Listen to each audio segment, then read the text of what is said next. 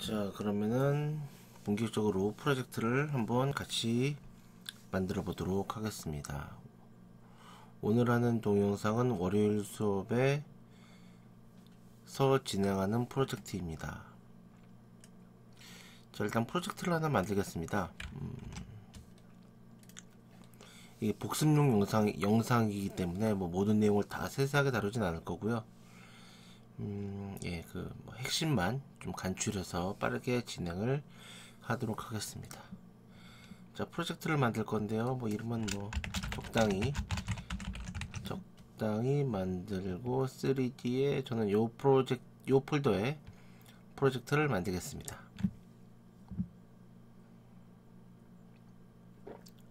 주의하실 거는 프로젝트 저장하는 위치가 한글 폴더가 있으면 안 된다는 거 잘 기억을 좀 해두시고요. 3D로 해놓고 가겠습니다.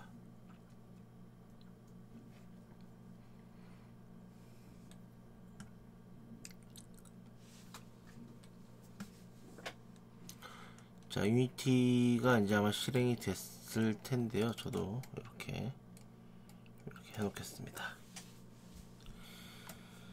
자, 이제 프로젝트 뷰에 폴더를 좀 만들어 보겠습니다. 그냥 뭐 막 저장을 해도 되겠지만은 뭐 여러 가지 그림이라 이미지라던가 3D 모델이라던가 사운드라던가 스크립트라던가 워낙 다양한 파일들이 여기서 다 모여 있게 되면 좀 구조가 복잡해지거든요. 그래서 파일의 유형별로 나눠서 관리할 수 있도록 폴더를 만들겠습니다. 자, 일단 첫 번째 애니메이션이라는 폴더를 하나 만들고요. 두 번째 이미지스, 세 번째 모델, 네 번째 프리패스. 용어가 좀 낯설 수 있는데 뭐 그거는 뭐 우리가 이제 계속 수업을 해 나가면서 이게 왜 이 용어가 뭔지 뭐 하나씩 살펴보도록 하겠습니다.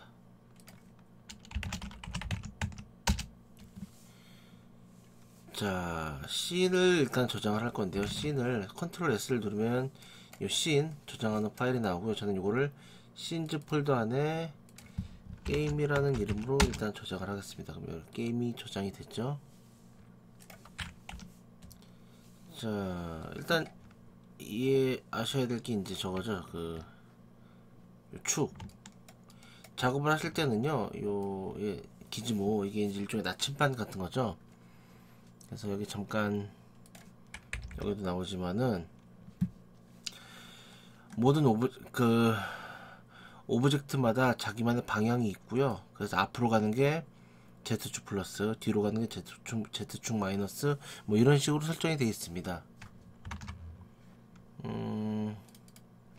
요 그림을 보시는 것도 도움이 될 것 같은데요. 예. Z축 플러스, Z축 마이너스, 위, 아래, 왼쪽, 오른쪽 요 내용을 좀 잘 기억을 해두시면 좋을 것 같습니다. 일단은 뭐 이런 거 저런 거 다 떠나서 Z축 자, 요렇게 가는 게 플러스고 앞으로, 뒤로, 위로, 아래로, 오른쪽으로, 왼쪽으로, 즉 X, Y, Z 이렇게 축이 표시되어 있는 부분이 앞, 위, 오른쪽입니다. 나머지는 그 반대고요. 그래서 일단 그것만 이해를 하셔도 충분할 것 같습니다. 자, 프로젝트에 쓸 리소스를 좀 임포트 하겠습니다. 가져올 건데요.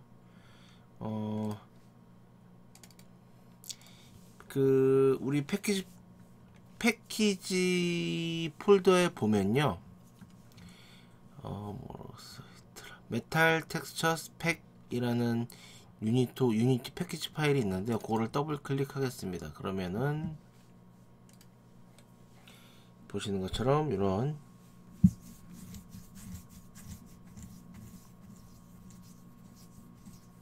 실행 파일이 패키지가 지금 임포트 되고 있고요. 이 용량이 제일 큽니다. 자, 이거를 우리가 다 쓸 건 아니고요. 다 쓸 건 아니고 그래서 이걸 체크를 해서 전부 다 해제한 다음에 패턴 8번과 10번만 쓰도록 하겠습니다. 8번, 10번 이렇게 체크를 해주시고 임포트. 자, 그러면 메탈 텍스처 팩으로 이렇게 이미지 폴더가 생기는데, 요거는 우리 이미지스 안에 이렇게 쇽 넣도록 하겠습니다. 자, 그러면은 본격적으로 이제 스테이지를, 일단 첫 번째로 스테이지를 좀 만들어 볼 건데요. 작업을 하실 때 유의할 점은 요 기즈모가 이렇게 카메라 돌릴 수 있죠.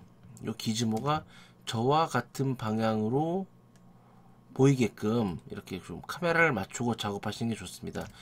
일종의 뭐 동서남북 나침반 맞춘다고 생각하셔도 돼요. 자, 스테이지에 쓸 오브젝트는 플레인 적당합니다. 넓고 평평하고 얇습니다. 보통 그래 스테이지 만드는 데 많이 쓰이고요. 자, 플레인 눌러서 자, 이렇게 있죠.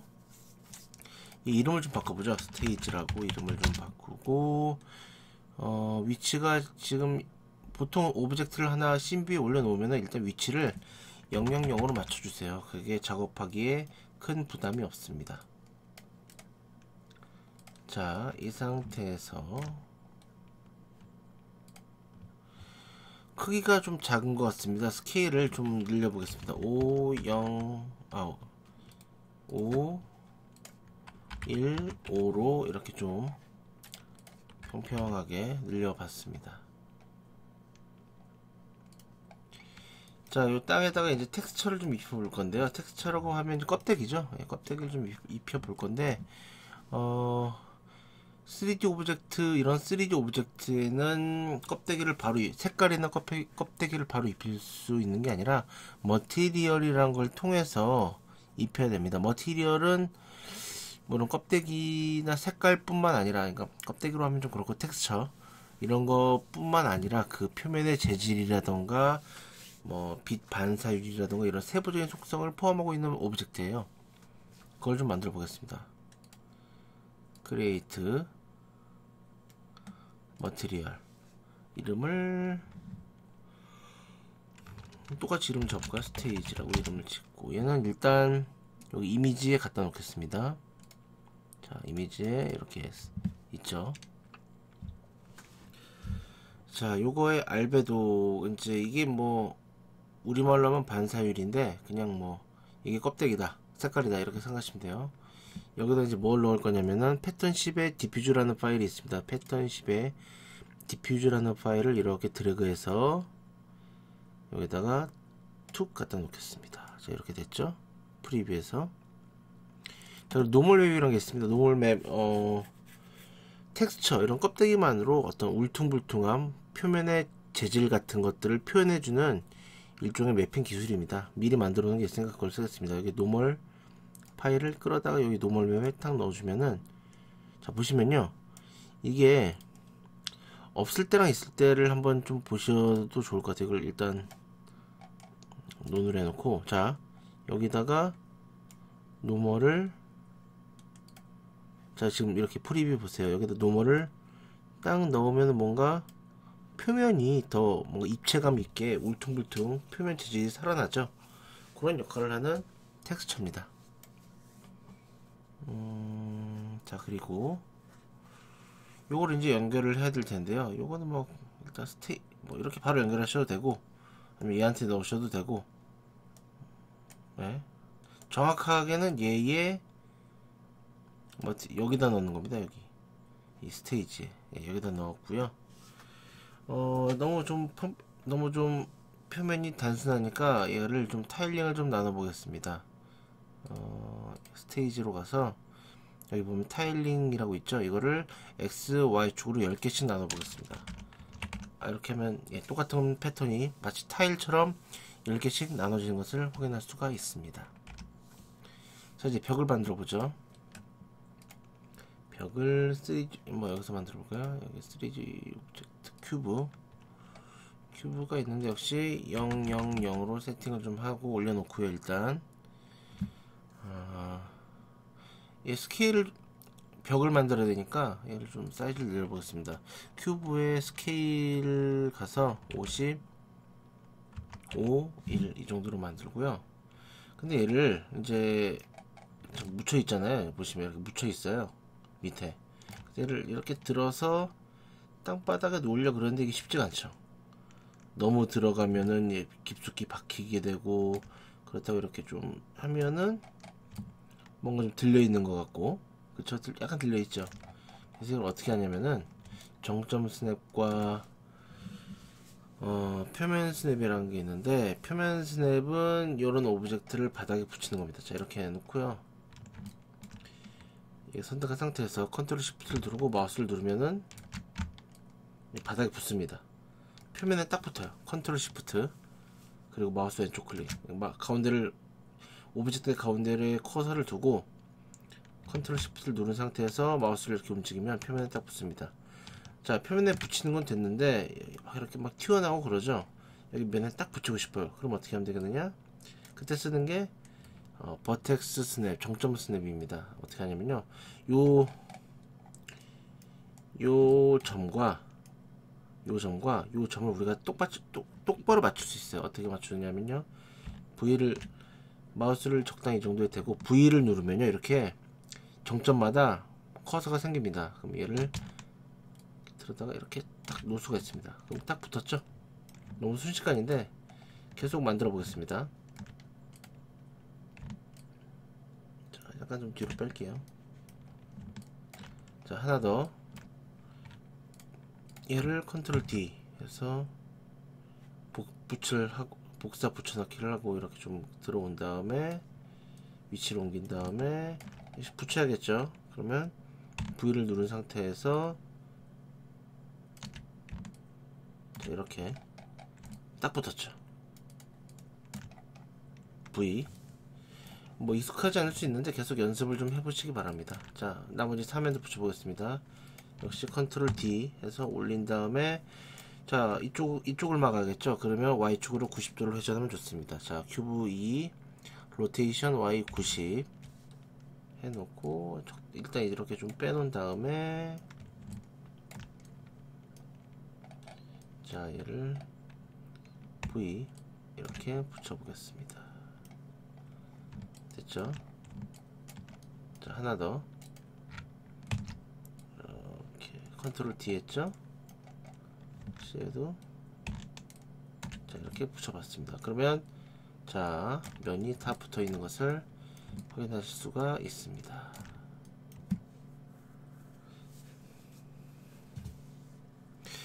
자, 이거는 우리가 정점 스냅을 연습하기 위해서 이렇게 해본 거고요. 사실은 이거 세 개는 다 일단 지워주세요. 일단 지워주시고, 일단 얘를 프리팹으로 만들어 보겠습니다. 프리팹이 뭐냐면 일종의 설계도 같은 거죠. 미리 만들어 놓고, 뭐 예를 들어 보통 게임에서 보면 총알, 미사일, 뭐 적들, 블럭 이런 것들을 보통 프리팹으로 만듭니다. 한번 만들어 놓으면요, 계속 복사해서 쓸 수가 있고요.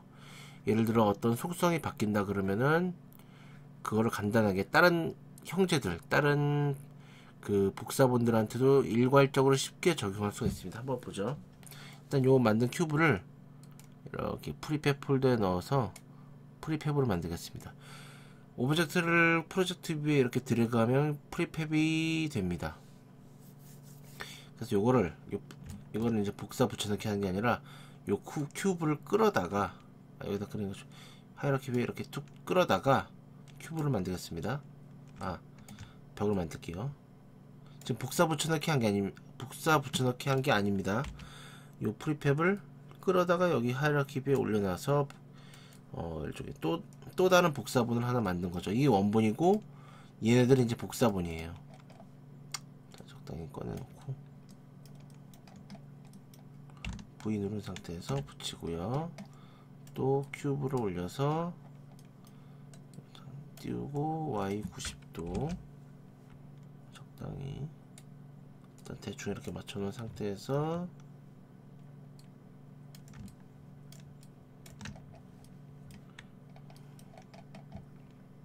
V 누르고 붙이고, 자, 역시 얘도 또 큐브를 올려놓은 다음에 이렇게 해서 90도 돌리고, 이번엔 이쪽으로죠. 자,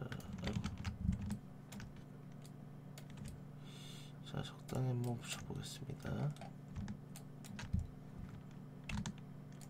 자, 이렇게 사면을 물 셀 틈 없이 막아놨습니다. 자, 근데 이거를 이제 하나를 바꾸면 여러 개를 동시에 바꿀 수가 있다고 했죠. 그래서 어떻게 할 거냐면요.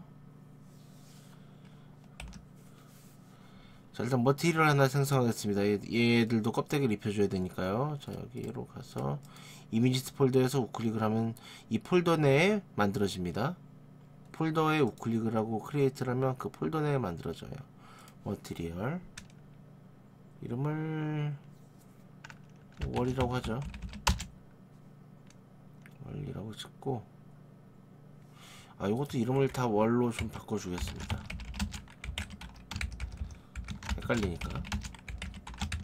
아, 그리고 요거 들을 좀 정리를 할게요. 이거를 이렇게 다 우르르 몰려 있으면 좀 그러니까 create empty 빈 게임 오브젝트를 하나 만들어서 얘네들을 전부 다 선택한 상태에서, 윈도우즈랑 똑같아요. 이런 거는 Shift, 그래서 단체로 요 밑에 쭉 넣고 이 이름을 월스라고 시켰습니다. 그러면은 여기 아까 되게 지저분했는데 이렇게 좀 폈다 줄였다 할 수 있으면서 관리하기 좀 깔끔해졌죠.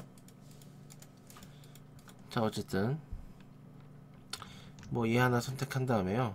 얘한테 프리페어블, 일단 요 머티리얼부터 설정하겠습니다. 얘의 알베도는요 8번에 있는 디퓨저를 끌어다가 여기다가 놔주고요. 노멀 맵도 역시 마찬가지로 놔주겠습니다. 자, 이렇게 됐죠? 그럼 요거를 어떻게 하느냐?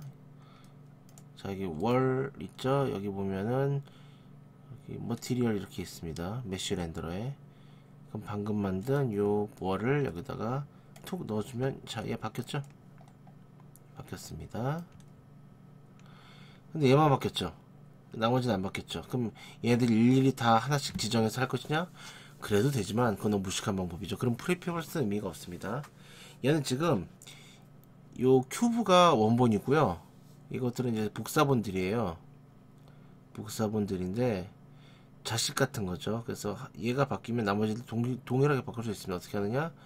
여기 보면은 지금 얘 선택한 상태에서 이걸 어플라이 버튼을 누르면은, 예, 어플라이 버튼 누르면 전부 다 바뀝니다. 심지어는 부모도 바뀌어 있어요. 부모도 보이시죠? 그래서 한꺼번에 어떤 속성을 바꾸기 위해서는 최고다 라고 보시면 되겠어요. 자, 그럼 플레이어를 한번 넣어 보겠습니다. 플레이어는 뭘 쓸 거냐면요,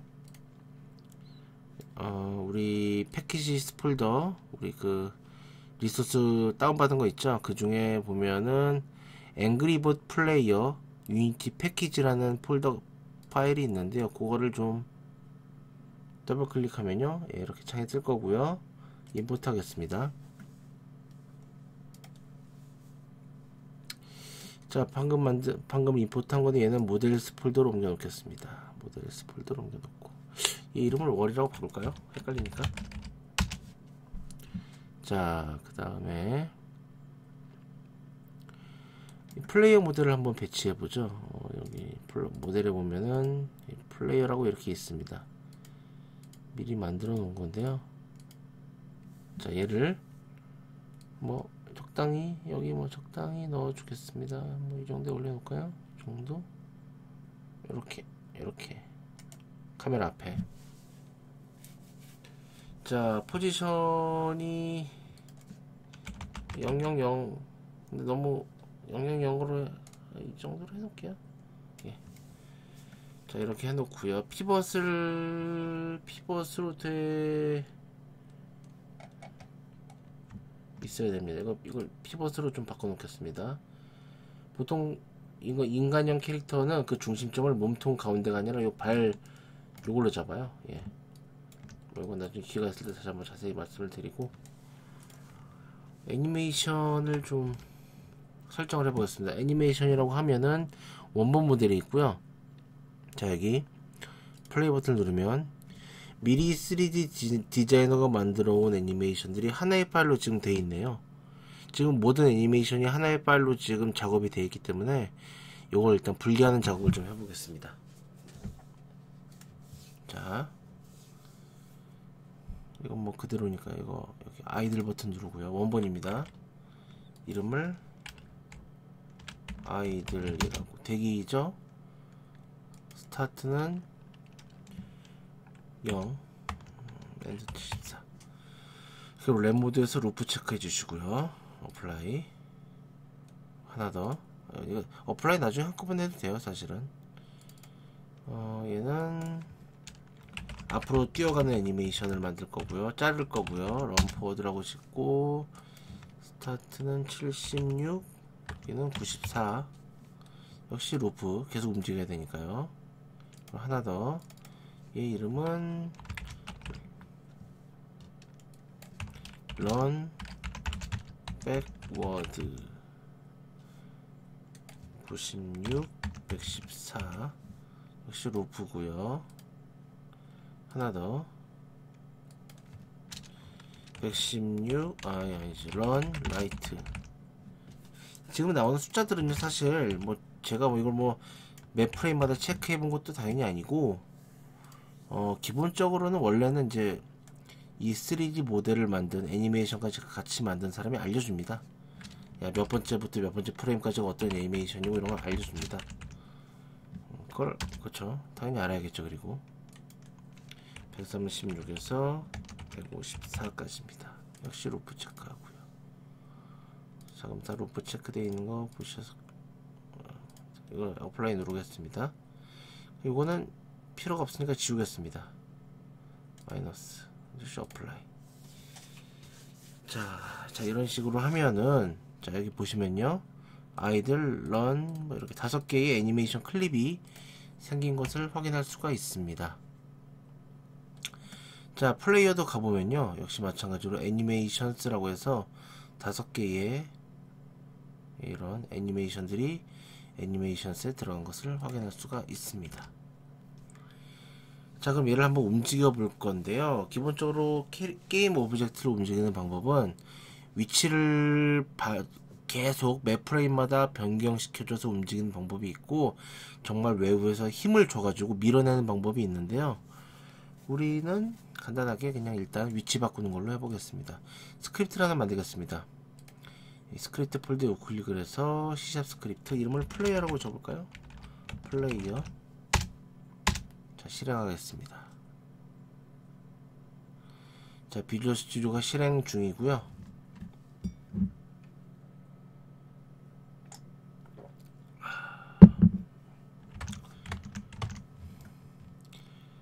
사실 똑같은 내용을 계속 2번 들으면 여러분들 힘들 테니까 이 동영상에서는 기본적으로 만드는 과정에 대해서만 쭉 설명을 드리고, 세부적인 좀 내용에 대해서는 수업 시간 및 별도로 질문 주시면 답을 드리겠습니다. 자, 플레이어 스크립트 만들었는데 이거 스크립트만으로 의미가 없죠. 플레이어 오브젝트 이렇게 붙이고요. 자, 자, 그러면은 이제 전진하는 거 좀 만들어 볼 건데요. 전진하는 거 어떻게 전진하느냐, 뭐 여러가지 방법이 있죠. 기본적인 전진 방법은 요거죠. 간단하게만 해볼게요. 자, 플레이어 스크립트 업데이트 메서드로 가서 트랜스폼 포지션 는 앞으로 new vector 3 0.0f 0f 0.1f, 여기가 Z축입니다. Z축 앞으로 가라는 거죠. 앞으로 0.1만큼 가라는 거예요. 그러니까 이 포지션의 값을 매번 매 프레임마다 0.1씩 더하라는 얘기죠. 실제로 한번 빌드하고 실행을 해보시면은 캐릭터가 앞으로 나가는 것을 확인하실 수가 있습니다. 앞으로 쭉 가죠.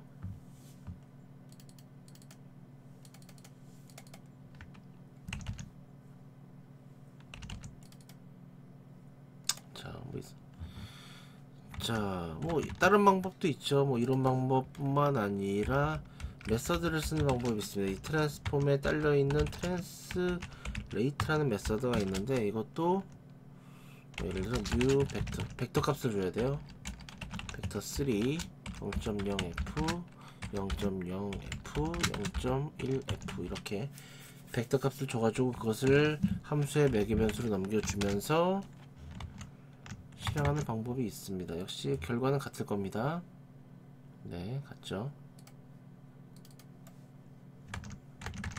자, 이런 방법이 있는데 뭐 일단 기본적으로는 우리는 여기 인풋 여기 보면은 유닛을 미리 설정해 놓은 각 키보드나 어떤 움직임에 따라서 그 값을 인지하고 입력받을 수 있는 기능들을 다 만들어 놨죠. input get access 요걸 이용을 해 가지고 키보드 입력을 처리를 한번 해보도록 하겠습니다. 자, 일로 가서 일단은 변수가 필요하겠죠. 키보드 값을 입력받을 hv 하나 있고, h에는 input.get access 해서 horizontal 마찬가지로 input.get access 해서 vertical 이게 설정되어 있는 값이죠.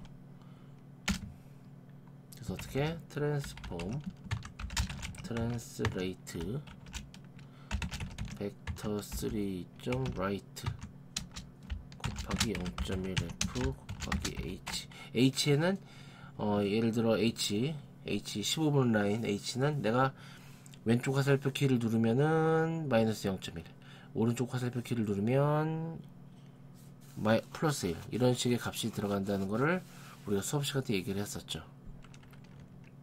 그래서 예를 들어 내가 오른쪽 키를 눌렀어. 그럼 h가 1이잖아요.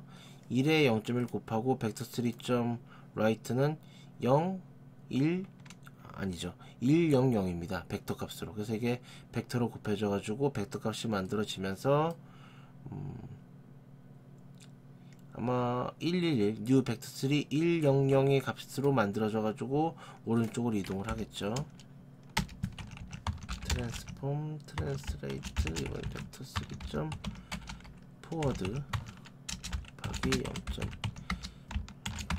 자, 이렇게 해서 빌드하고 실행을 해보면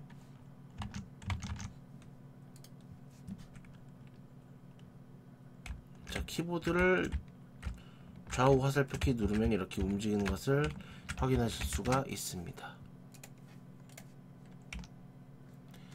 이거를 좀 더 코드를 간결하게 해보겠습니다. 어떻게 간결하게 하냐면 좀 프로그래머스럽게 너무 단순하니까. 그래서 어떻게 할 거냐면요. 이거를 벡터의 합을 이용을 해서 해볼게요. 벡터의 합 벡터 3 move dir은 벡터 3.forward의 v를 결국에는요 이거를 따로따로 처리하나 이거를 하나의 벡터를 더해 가지고 그것을 가지고 벡터를 만드나 그걸 이제 정규화 시킵니다. 그러면 이 트랜스레이트가 좀 더 간편해지겠죠. 자, 이렇게 만들어 봤습니다. 빌드하고 실행해보면 아마 결과는 똑같을 겁니다. 자, 이제 퍼블릭을 선언을 해보겠습니다. 지금 이렇게 속도값을 0.1f로 이렇게 줬는데요. 이러면 이제 좀 매번 예를 들어 속도를 바꾸려면 매번 여기 코드 와서 바꿔야 됐죠. 그게 아니라 유니티 에디터 상에서 코드를 바꿀 수 있도록 해보겠습니다. 자, 일단 변수 하나 퍼블릭이라고 하면 이제 외부에서 바꿀 수 있는 거죠. 유니티 에디터 상에서도 접근할 수 있는 거 일단 0.1f 동일하게 주고요. 요거를 0.1f 대신 넣어줍니다. 코드를 좀 더 간결하게 해보겠습니다. 이걸 이렇게 되어 있는데 벡터 3 뭐 연결하면 되겠죠. 그냥 이렇게 연결. 그리고 이것도 지우고 아예 그냥 노멀라이즈드를 붙여가지고 계산하면 줄이 짧아졌고요. 자, 무브 스피드가 아니라 이제 기기의 성능, 기기마다 동일하게 움직이게 하기 위해서 타임 점 델타 타임을 타임 점 델타 타임을 곱해주는 게 좋다 그랬죠. 자, 빌드 하면은, 자, 실행해 보면요, 이제 0.1이기 때문에 되게 느려요. 움직이는 게 되게 느리죠. 안 되겠다. 이거 여기서 좀 고쳐야겠다. 그러면은 이 플레이어, 자, 이 플레이어로 가서 0.1로 되어 있잖아요. 이거를 10으로 바꿔 보겠습니다. 그리고 실행을 해 보면은 이제 좀 빨라졌습니다. 근데 여전히 스크립트 상에서는 0.1로 되어 있어요. 무브 스피드 값이. 즉 이 무브 스피드 값이 이제 외부에 이렇게 보이게 된 거고요. 여기 0.1로 되어 있지만은 여기 에디터에서 넣은 값이 더 우선적으로 적용이 됩니다. 그래서 여기서 고친다고 해도 여긴 반영이 안 돼요. 예, 그러니까 퍼블릭으로 변수를 선택했으면은 뭐 이거를 반환을 하고 싶으면 뭐 다 껐다 키든지 아니면은 뭐 이 값을 조정하든지 둘 중에 하나를 하시면 되겠습니다. 자, 회전 처리를 좀 해보죠. 회전 처리. 마우스는 이제 마우스 X 여기 어딨냐? 예, 아까 봤던 그 input.get axis의 마우스 X 부분이 또 있었죠. 그걸 통해서 한번 해보도록 하겠습니다. 자, 어떻게 할 거냐? 다시 스크립트로 가서요. 자, 회전 속도를 로테이트 스피드라고 짓고 일단 100 정도 주겠습니다. 값은 나중에 에디터 상에서 고치면 되겠죠. 또 하다가 고치면 되겠죠. 자, 그러면은 자, 이렇게 쭉 내려와서 트랜스폼 로테이트라는 메서드가 있습니다. 어떻게 위쪽을 기준으로 저 속도만큼 곱해, 물론 기계마다 동일하게. 그리고 마지막으로 input.get axis 예 마우스 X, 즉 마우스의 움직임을 받아가지고 마우스의 왼쪽 오른쪽 이렇게 움직이는 그 값을 여기서 받아와가지고 얘네들이랑 곱해주는 거죠. 자, 빌드하고 실행을 해보시면은 자, 뭐 이렇게 대충 이렇게 100이 좀 약한 것 같네요. 한 130 정도가 좋은 것 같아요. 해보니까 이걸 한 130 정도로 바꾸고 다시 실행을 해보니까 예, 뭐 움직임이 훨씬 좀 나아졌습니다. 150이 낫겠는데 너무 좀 느려서 자, 150 괜찮은 것 같습니다. 자, 회전 처리를 해봤고요. 이번엔 카메라 처리를 좀 해보겠습니다. 지금 실행을 해보면요, 카메라가 뭐 이렇게 되어 있을 거예요. 저랑 똑같이 했다면 더 멀리 있을 수도 있고요. 움직이는데 뭐 카메라가 따라다니지도 않고 보이지도 않아요. 문제가 좀 있죠. 자, 그럼 어떻게 할 것이냐, 카메라를 얘를 이 플레이어를 따라다니게 한번 만들어 보겠습니다. 자, 프로젝트 뷰에 크리에이트로 가서 자, 여기 프로젝트 뷰에서 우클릭 하셔가지고 임포트 패키지라고 있습니다. 프로젝트 뷰의 빈 곳에 우클릭해서 임포트 패키지에 보면 맨 밑 뒤에서 두 번째 유틸리티라고 있습니다. 유틸리티를 눌러서 뭐가 나오는데 이거 다 필요 없고요. 필요한 것만 밑에 쭉 가보면 여기 스무스 팔로우라는 스크립트가 있습니다. 얘를 뒤로 오겠습니다. 참고로 이런 스크립트나 이런 것들은 다 미리 유니티에서 게임 좀 더 쉽고 빨리 만들려고 미리 만들어 놓은 기능들이에요. 예, 그러니까 이런 것들을 카메라가 플레이어를 따라다니게 하는 걸 우리가 직접 만들 수도 있지만은 예, 그래도 돼요. 하지만은 미리 만들어 놓은 기능을 우리가 쓴다면 훨씬 더 시간을 절약할 수 있겠죠. 자, 이걸 들어오겠습니다. 스무스 팔로우라는 스크립트입니다. 자, 여기 있죠. 스무스 팔로우. 얘를 메인 카메라에 붙이겠습니다. 자, 그리고 이 스무스 팔로우 스크립트는 굳이 뭐 안에 들어가진 않을 거고요. 내용 뭐 들어가 보시면은 뭐 복잡하게 돼 있어요.